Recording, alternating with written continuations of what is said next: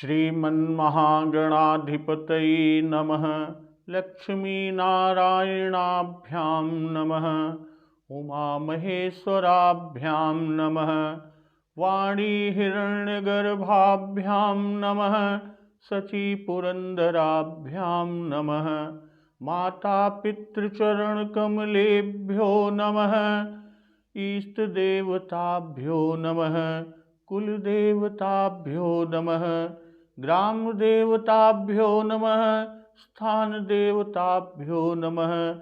वास्तुदेवताभ्यो नमः। सर्वेभ्यो देवेभ्यो नमः। सर्वेभ्यो ब्राह्मणेभ्यो नमः। ओम सिद्धिबुद्धिसहिताय श्रीमन्महागणाधिपतये नमः। महाराज जनक जी चक्रवर्ती राजा दशरथ जी की विनती कर मुनि मंडली की विनती करते हैं और फिर सुंदर कमल के समान हाथों को जोड़कर ऐसे वचन बोले कि मानो प्रेम से ही वह वचन उत्पन्न हुए हैं, प्रेम से ही जन्मे हुए हैं। और कहते हैं कि राम करो के ही भांति प्रशंसा, मुनि महेश मन मानस हंसा। करहि जोग जोगी जेहि लागी, कोहु मोहु ममता मधु त्यागी। व्यापक ब्रह्म अलखो अविनाशी, चिदानंद निर्गुण गुण राशि। हे राम जी, मैं किस प्रकार आपकी प्रशंसा करूं? आप मुनियों और महादेव जी के मन रूपी मान सरोवर के हंस हैं। योगी लोग जिनके लिए क्रोध मोह ममता और मद को त्याग कर योग साधन करते हैं, और जो सर्वव्यापक ब्रह्म अव्यक्त अविनाशी चिदानंद निर्गुण और गुणों की राशि है। मन समेत जेहि जानन बानी, तरकी न सकहि सकल अनुमानी। महिमा निगमु नेति कहि कहई, ज्योतिहु काल एक रस रहई। कि जिनको मन सहित वाणी नहीं जानती और सब जिनका अनुमान ही करते हैं, कोई तर्कना नहीं कर सकते, और जिसकी महिमा को वेद नेति नेति कहकर वर्णन करता है कि इतना ही नहीं, यहीं तक नहीं, और जो सच्चिदानंद यानी तीनों कालों में एक रस सर्वदा और सर्वथा निर्विकार रहते हैं। तो इस तरह और पुनः रघुनाथ जी विनती करके कि पिता दशरथ जी, गुरु विश्वामित्र जी, कुलगुरु वशिष्ठ जी के समान जानकर ससुर जनक जी का सम्मान किया कि करिबर विनय ससुर सन्माने, पितु कौशिक वशिष्ठ सम जाने। बिनती बहुरी भरत सन कीन्ही, मिले सप्रेम पुनि आशीष दीन्ही। बिनती बहुरी भरत सन कीन्ही, मिल सप्रेम पुनि आशीष दीन्ही। और फिर जनक जी भरत जी से विनती की और प्रेम के साथ मिलकर भरत जी को आशीर्वाद दिया। और आगे कि मिले लखन रिपु सूद नहीं, दीन्हि आशीष महीस। भय परस पर प्रेम बस, फिर नावहि शीस। और फिर राजा जनक जी ने लक्ष्मण जी और शत्रुघ्न जी से मिलकर उन्हें भी आशीर्वाद दिया और परस्पर प्रेम के वश होकर वे बार बार आपस में सिर नवाने लगे। और आज का प्रसंग इसी के आगे कि बार बार कर विनय बढ़ाई, रघुपति चले संग सब भाई। जनक गहे कौशिक पद जाई, चरनु रेणु सिर नयन नहलाई। भाई बार बार विनती और बड़ाई प्रशंसा करके सभी भाई रघुनाथ जी के साथ चले। और श्री जनक जी ने जाकर विश्वामित्र जी के चरण पकड़े कि जनक गहे कौशिक पद जाई, और चरण रेणु सिर नयन नहलाई। और चरणों की धूल सिर और नेत्रों में लगाई और बोल रहे हैं कि सुन मुनीस बर दर्शन तोरे, अगमुन कछु प्रतीति मन मोरे। हे मुनीश्वरों में श्रेष्ठ, सुनिए, आपके दर्शनों से कुछ भी दुर्लभ नहीं है, ऐसा मेरे मन में विश्वास है। जो सुख सुजसु लोकपति चहहि, करत मनोरथ सकुचत अहि। लोकपाल जिस सुख और सुयश की चाह करते हैं, जो सुख सुजस लोकपति चहहि, वो चाहते हैं, चाह रखते हैं, चाह करते हैं, पर जिसका मनोरथ करते हुए सकुचाते हैं। करत मनोरथ सकुचत अहि। सुसुख सुजसु सुलभ मोहि स्वामी, सब विधि तव दर्शन अनुगामी। तो हे स्वामिन, वही सुख और सुयश मुझे सुलभ हो गया, यानी मुझे सुगमता से प्राप्त हो गया। कीन्हि विनय पुनि पुनि सिरुनाई, फिरे मही सुआसीसा पाई। सब सिद्धियां आपके दर्शनों की अनुगामी अर्थात आपके पीछे पीछे चलने वाली है। तो इस प्रकार बारंबार विनती किया और बारंबार सिर नवाकर आशीर्वाद पाकर राजा जनक जी लौटे। तो बार बार कर विनय बढ़ाई, रघुपति चले संग सब भाई। बार बार क्योंकि प्रेम के वश है, अब विनय बढ़ाई। श्री राम जी ने जनक जी की विनय और बढ़ाई की कि करिबर विनय ससुर सन माने, पितु कौशिक वशिष्ठ समझाने। भाई पिता विश्वामित्र जी और गुरु वशिष्ठ के समान जाना, यही बढ़ाई है। और इसी से सब भाइयों ने भी विनय और बढ़ाई की। और रघुपति चले संग सब भाई, संग सब भाई। जब विनती कर चुके तो सब भाई रघुनाथ जी के साथ चले। क्यों? चूंकि सभी भाई रघुनाथ जी के साथ ही रहते हैं, इसी से सर्वत्र भाइयों सहित कहते हैं। जैसे कि तेहि अवसर भाइन सहित, राम भानुकुल केत।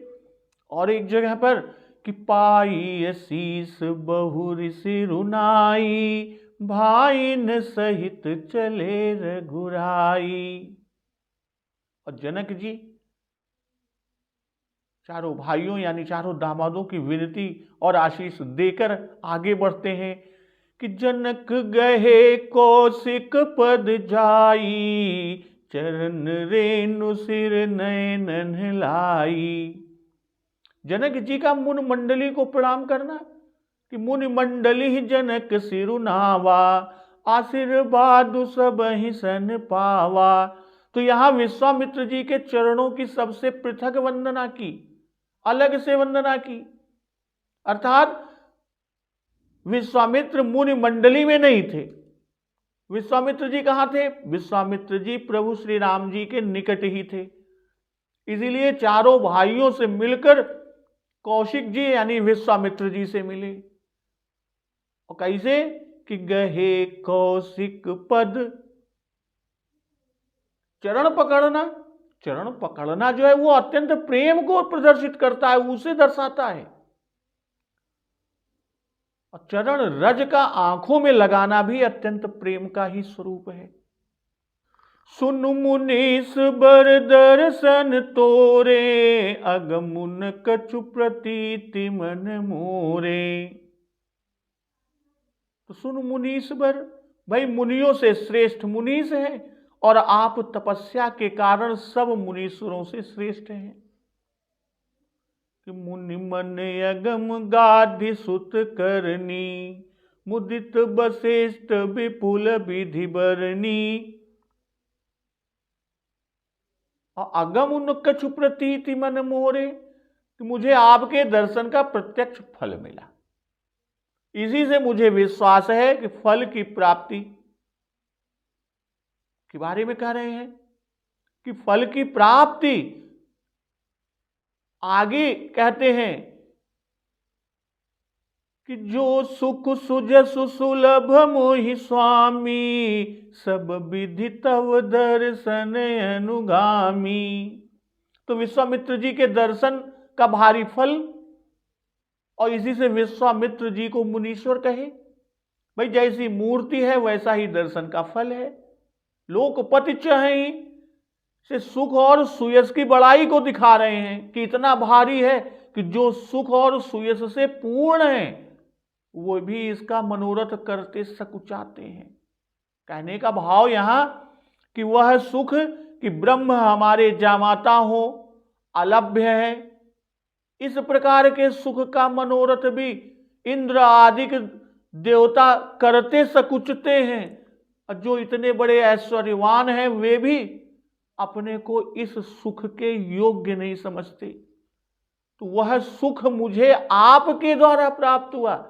जनक जी विश्वामित्र जी से कह रहे हैं कि वह सुख हमें आपके द्वारा प्राप्त हुआ और जगत में मुझे यश मिला। ऐसा कहकर बता रहे हैं कि आप अलभ्य सुख सुयस युक्त हैं।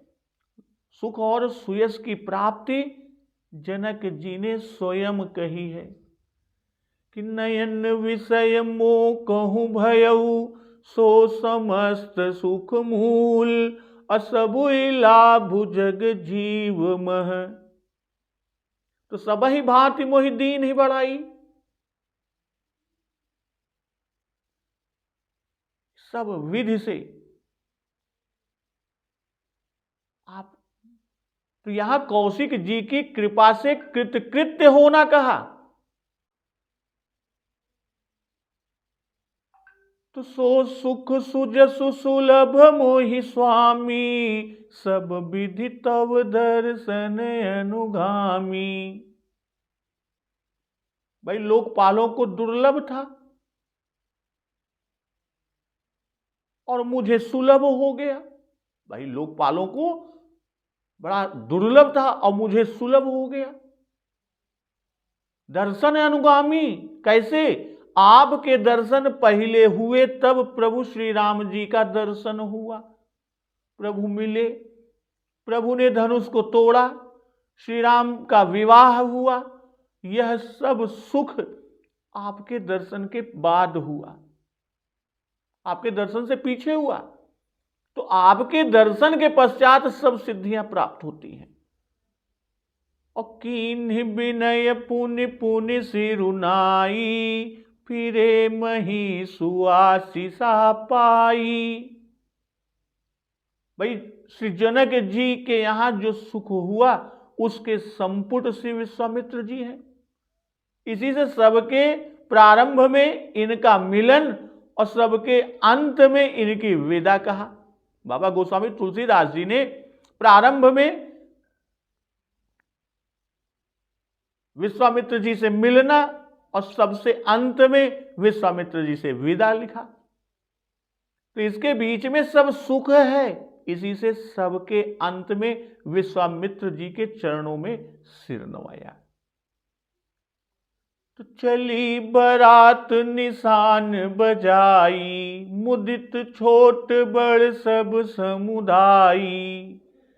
राम ही निरखी ग्राम नर नारी, पाई नयन फल होहि सुखारी। भाई बारात डंका बजाकर चली, यानी नगाड़ा बजाकर चली, और छोटे और बड़े सभी तथा छोटे बड़े सबों के समुदाय यानी समाज और समूह प्रसन्न है। अब मार्ग में कि राम ही निरखि ग्राम नर नारी, पाई नयन फल होहि सुखारी।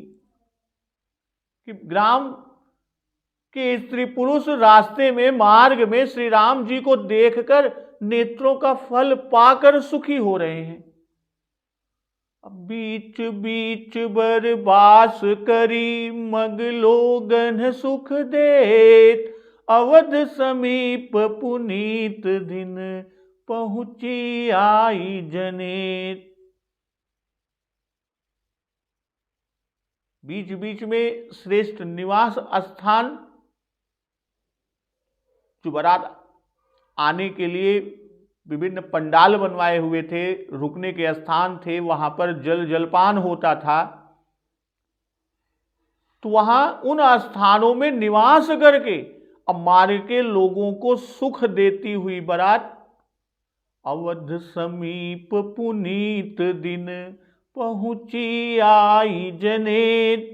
श्री अयोध्यापुरी के समीप पवित्र यानी शुभ दिन पर आ पहुंची। बाबा गोस्वामी दास जी लिख रहे हैं कि चली बारात निशान बजाई, मुदित छोट बड़ सब समुदायी। भाई पहले राजा निशान बजा कर चले कि चले अवधपति अवधपुर, मुदित बजाई निशान। अब बारात श्री राम जी की राह देखती रही, क्योंकि प्रभु श्री राम जी सबके प्रेमी हैं, क्योंकि सब प्रभु श्री राम जी के प्रेमी हैं। राम ही देखी बारात जुड़ानी, प्रीति की रीति न जाति बखानी। भाई बारात में दूल्हा ही मुख्य है और उसको लेकर बारात चलती है, इसलिए जब विश्वामित्र सहित चारों भाई चले तब बारात आगे बढ़ती है। यहां बारात के चलने का क्रम भी दिखा रहे हैं बाबा गोस्वामी तुलसीदास जी, कि आगे अवधपति हैं, उनके साथ मुनिमंडली है, फिर भाइयों सहित श्री रामचंद्र जी हैं, तब विश्वामित्र जी हैं, और उनके पीछे बारात है।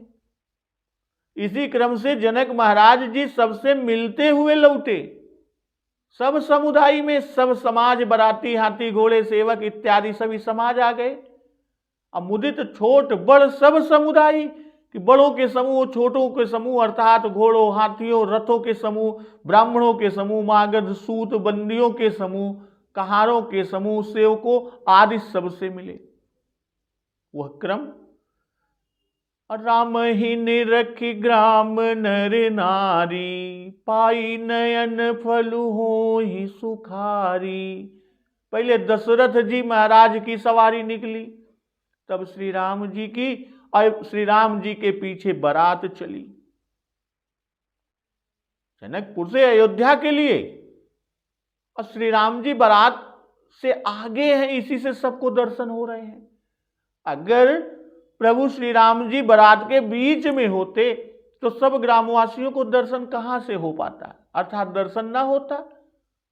तो सब श्री राम जी को देखते हैं कि ग्रामवासी स्त्री पुरुष बारात देखने के लिए ग्राम से निकलकर बाहर खड़े हुए हैं।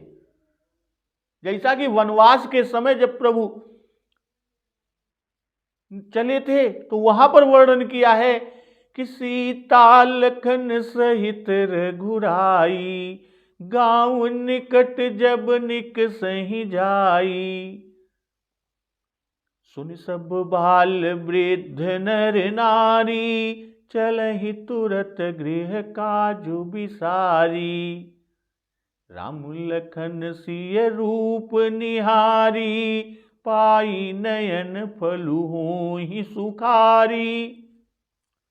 पाई नयन फलु, भाई बारात का देखना नेत्रों का फल नहीं है, श्री राम जी का दर्शन ये नयनों का फल है, नेत्रों का। अब भुसुंड जी ने भी कहा है कि निज प्रभु बदन निहारी निहारी, लोचन सुफल करऊर घारी। इस तरह बीच बीच बरबास करी, मग लोगन सुख देत, अवध समीप पुनीत दिन, पहुंची आई जनेत। भाई बीच बीच में टिकने के लिए श्रेष्ठ निवास स्थान बने हैं कि बीच बीच बरबासु बनाए, सुरपुर सरिस संपदा छाए। तो उनमें आराम का सब सामान है, रसोई तैयार है, इसलिए उनको सफल करने के लिए बीच बीच में उन स्थानों पर वास किया। अब बीच बीच बरबास करी, मग लोगन सुख देत। बारात बहुत धीरे धीरे आई, नहीं तो सब सवारियां बड़ी शीघ्रगामी हैं, अब बहुत शीघ्र अयोध्यापुरी में पहुंच जाते। लोगों को सुख न मिलता है, जो ग्रामवासी आके दौड़ के आए हैं। अवध समीप कि अवधपुरी में अभी नहीं पहुंची बारात, श्री अवध की मंगल रचना कहकर तब अवधपुरी में बारात का पहुंचना बाबा गोस्वामी दास जी कहेंगे। हने निशान पनव बर बाजे, भेद शंख धुनि है गए गाजे। भाई डंकों पर चोटें पड़ने लगी, सुंदर ढोल सुंदर रूप में बजने लगे, अब भेरी और शंख की ध्वनि हो रही है, घोड़े हिनहिनाते हैं, हाथी चिघाड़ रहे हैं, और झांझी बीन डिंडिमी सुहाई, सरस राग बाजहि सहनाई। सुंदर झांझ, वीणा, डुगडुगियां तथा सहनाई रसीले राग से बज रही है। पुरजन आवत अकनि बराता, मुदित सकल पुल कावली गाता। बारात को आती हुई सुनकर, भाई नगर में जब यह समाचार हुआ तो सभी लोग यह सुनकर सब पुरवासी आनंदित हुए हैं, सबके शरीर में पुलकावली हो रही है। और उस स्थिति में कि निज निज सुंदर सदन संवारे, हाट बाट चौहट पुर द्वारे। और सभी ने अपने अपने सुंदर घरों, बाजारों, मार्गों, चौराहों और नगर के फाटकों यानी नगर के मुख्य द्वार को सजाया। गली सकल अर गजा सिंचाई, जह तह चौके चारु पुराई। सब गलियां अरगजा से सिंचाई गई, सुगंधित द्रव्य, और जहां तहां सुंदर चौके पुराई गई। श्री राम। हने निशान पनव बर बाजे, भेरी शंख धुनि है गए गाजे। भाई जैसे बारात के जाने के समय नगाड़े बजाए गए, ठीक उसी तरह ही बारात के लौटकर आने के समय बजाई। बारात के जाते समय कि यही विधि कीन बारात पयाना, है गए गाजहि हने निशाना। तो जैसा बारात के अवधपुर से चलने के समय हुआ था, वैसा ही जनकपुर से जब बारात वापस अवधपुरी के लिए निकली उस समय भी हो रहा है। भाई निशान, पणव, भेरी, शंख उच्च स्वर के बाजे हैं, इसलिए इन सबों को एक साथ,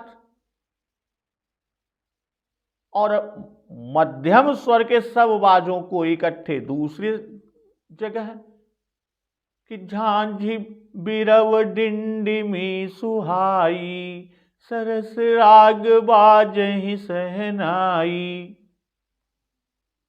जैसे गवैये के साथ मृदंग, मजीरा, सितार बजते हैं, वैसे ही यहां सहनाई के साथ झांझ, मीणा और खंजरी बजते हैं।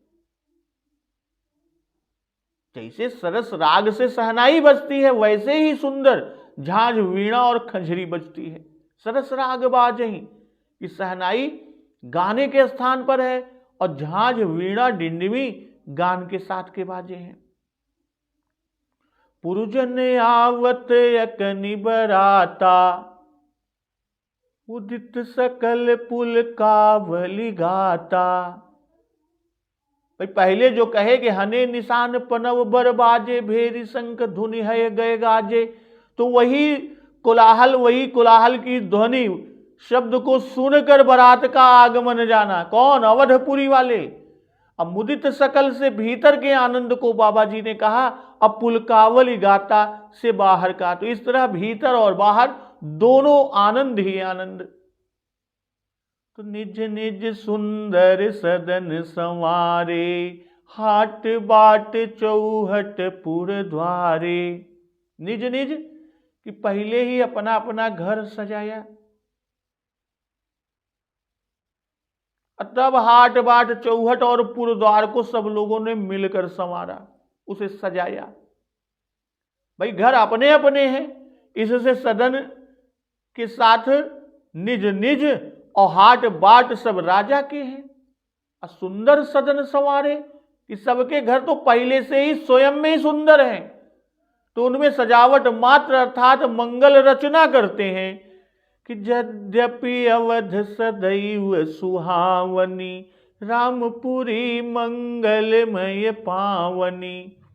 तदपि प्रीति कै रीति सुहाई, मंगल रचना रची बनाई। अब पुर द्वारे, हाट बाट चौहट पुर द्वारे कि नगर के चारों ओर कोट किला या दुर्ग हैं, तो कोट के द्वार ही पुर द्वार हैं। अब पुर चौपास कोट अति सुंदर।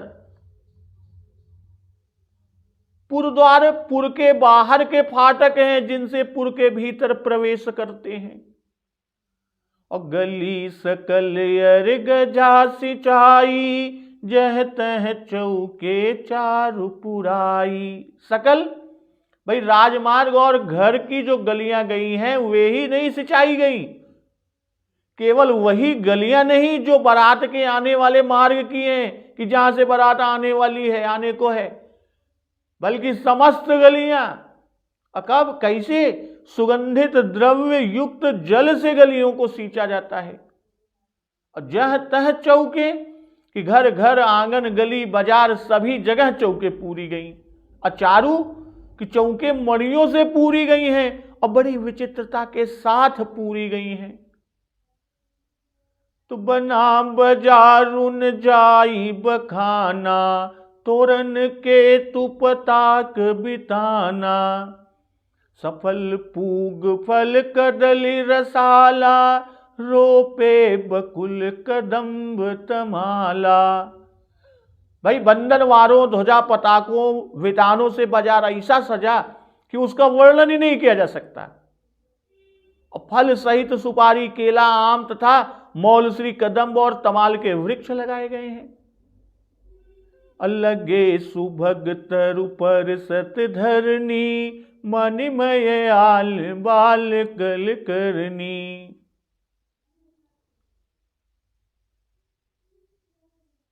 वे लगे हुए सुंदर वृक्ष यानी फलों से लदे होने के कारण पृथ्वी को छू रहे हैं, और उनकी थाले मणिमय जो बड़ी उत्तम कारीगरी कला कौशल के साथ बनाए गए हैं। तो विविधि भांति मंगल कलश, गृह गृह रचे सवार।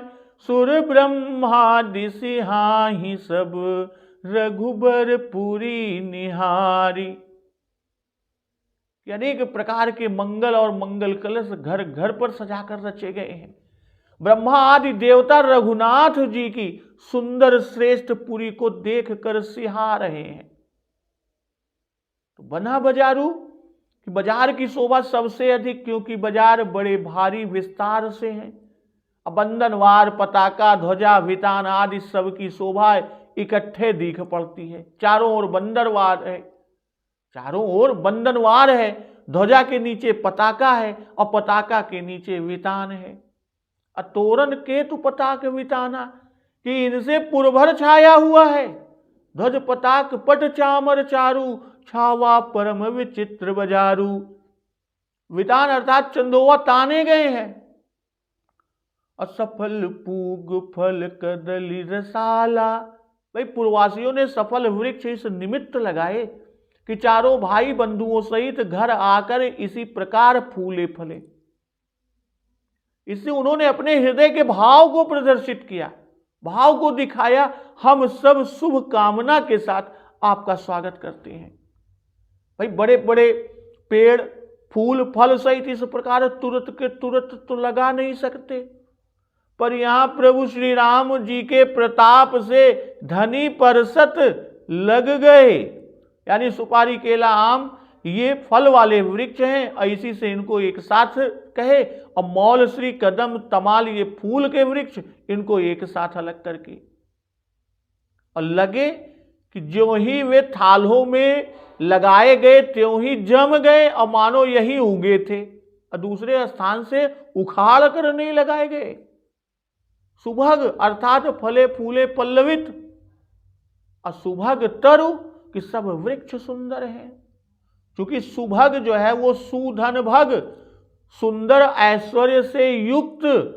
और वृक्षों का ऐश्वर्य क्या है? फल और फूल है। कि नव पल्लव फल सुमन सुहाए, निज संपत्ति सुर रूख ल जाए। तो इसी से पृथ्वी का स्पर्श करते हैं। अर्थात जैसे संपत्ति पाकर परोपकारी पुरुष विनम्र होते हैं, वैसे ही ये फूल और फल या पल्लव रूपी संपत्ति पाकर उसके भार से नमित हो रहे हैं, झुक रहे हैं। वैसे ही कि फल भारन नमि बिटप सब रहे भूमि नियराई, पर उपकारी पुरुष जिमि न वही सुसंगति पाई। और आगे कहते हैं कि मणिमय आल बाल कल करनी। कि मणिमय कहकर कि जैसा ऐश्वर्य युक्त वृक्ष है वैसे ही उनके रहने का स्थान मणिमय ऐश्वर्य युक्त है। और वृक्ष की शोभा फूल और फल से कही और थालों की शोभा उसके बनावट से कही। तो विविध भांति मंगल कलश गृह गृह रचे संवार, सुर ब्रह्मादि सिहाहि सब रघुबर पुरी निहारी। तो अनेक प्रकार के मंगल सजाए गए कि कनक कलश तोरण मणि जाला, हरद दूब दधि अक्षत माला। कि कलश संवार कर रचे, कंचन कलश विचित्र संवारे, सब ही धरे सज निज निज द्वारे। और कलश कहाँ रखे गए? सबने अपने अपने द्वार पर मंगल कलश रखे हैं। असुर ब्रह्मादि सिहाहि सब। इसलिए अयोध्यापुरी ब्रह्मलोक तथा समस्त अन्य देवलोकों से कहीं अधिक सुंदर है। और इस पुरी की सुंदरता को कहने के लिए रघुबरपुरी, कि जैसे रघुवंशियों में श्री राम जी श्रेष्ठ, वैसे ही समस्त लोकों में यह पुरी सर्वश्रेष्ठ है। रघुकुल श्रेष्ठ श्री राम जी की पुरी है, इसी से ऐसी श्रेष्ठ है। अब आगे महाराज जी के महल की रचना, वहां पर होने वाले सगुन और उत्साह का स्वाभाविक सुंदर शरीर धरकर कैसे विराजमान है, इन प्रसंगों का श्रवण अमृत धारा का रसपान हम लोग अगले दिवस की कथा में करेंगे। तो एक बार जोर से बोलिए सियावर रामचंद्र की जय, पवन सुत हनुमान की जय। जगत जननी मां जगदम्बा की जय, गुरुदेव भगवान की जय। उमापति महादेव की जय। जय श्री राम।